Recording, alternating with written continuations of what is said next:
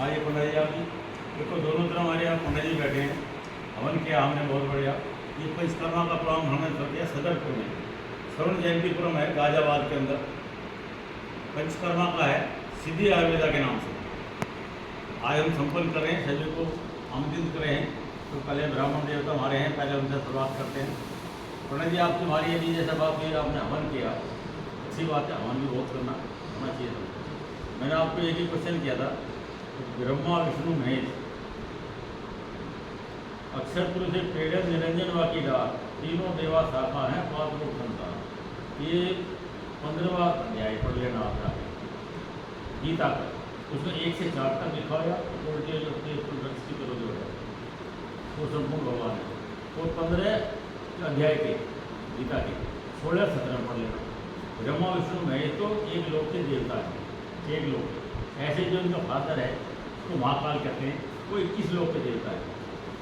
माँ दुर्गा है इनकी, और ये इनका जन्म मरण होता है। दूसरा है अक्षर पुरुष जो उसमें लिखा हुआ है। तीसरा है पूर्ण अक्षर पुरुष, इसको कवि साहब कहते हैं। भगवान कभी भी माँ के पेट से पैदा नहीं होता। तो ये मैंने जो कहने का मकसद था, आपको मुझे इतना ही बोलना है। मैं वेदों में दिखाऊंगा, वेद 4 नहीं है, वेदों में सब में लिखा नेति नेति नेति। ऐसा नहीं है, वेद मेरा वेद है, मैं वेदों में नहीं। और जिस वेद से मिलूँ वेद ध्यान देना ही, वो 5वां वेद है सूक्ष्म वेद। आपने पढ़ा के आपने नहीं बताओ 5वां वेद है या 4 ही वेद है। अब मैं आपसे बोलता हूँ जो मैंने बोला उसको। देखिए 4 वेद है, मैं 4 ही वेद जानता हूँ, 5वां वेद मैंने नहीं पढ़ा है, मैं जानता हूँ। और जो आपने कहा कि गीता में लिखा है नेति नेति नेति, उसका अर्थ ये नहीं है कि ब्रह्मा विष्णु एक डाल पे हैं और इस पे हैं।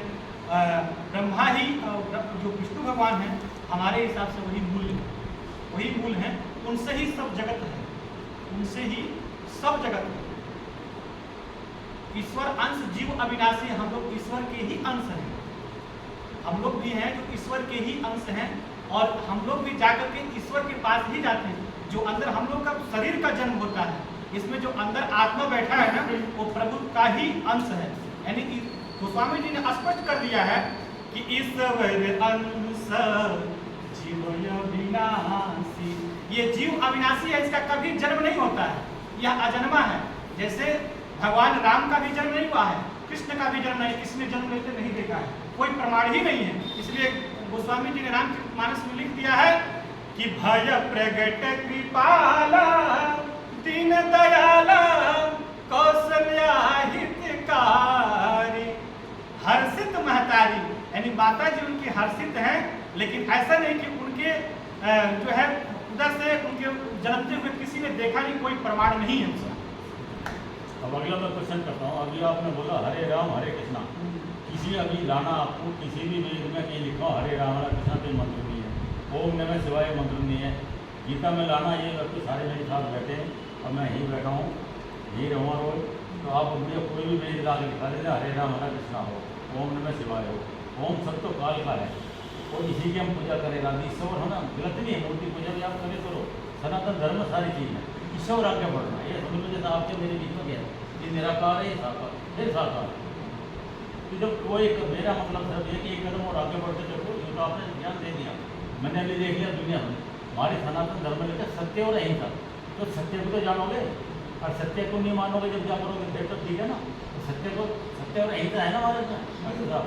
तो सत्य क्या है, जो सत्य तो हमें पहुँचना पड़ेगा ना। तो सत्य में हम नहीं पहुँच रहे, और सत्य हमारा 5 ही वेद में, 5 ही उन्होंने खुद कह दिया, मैंने 4 ही वेद पढ़े। सभी वेदों में लिखकर नेति नेति ऐसा भी नहीं है। वो कह रहे वेद मेरा वेद है, मैं वेदों में नहीं। वो वेद तो उसके बारे में बता रहे हैं, और भगवान वो है ये कह रहा सब वेदों में कहीं इसका जिक्र नहीं भगवान का। और भगवान का भी अवतरित होते हैं माँ के पेट से नहीं। ब्रह्मा विष्णु महेश जो हमने बताया अवतरित, उसका ही कहानी बना दी कि काल जो है ये बहुत चालबाज है। इन्हें सब लोग का पूरा सब सिस्टम बना रखा, इसलिए लोगों को भ्रमित कर दिया सब जगह। तो ये यही काम है। आप ये गलत नहीं कह रहे हैं, अब बंद कर लेना चाहिए। और एक सेकंड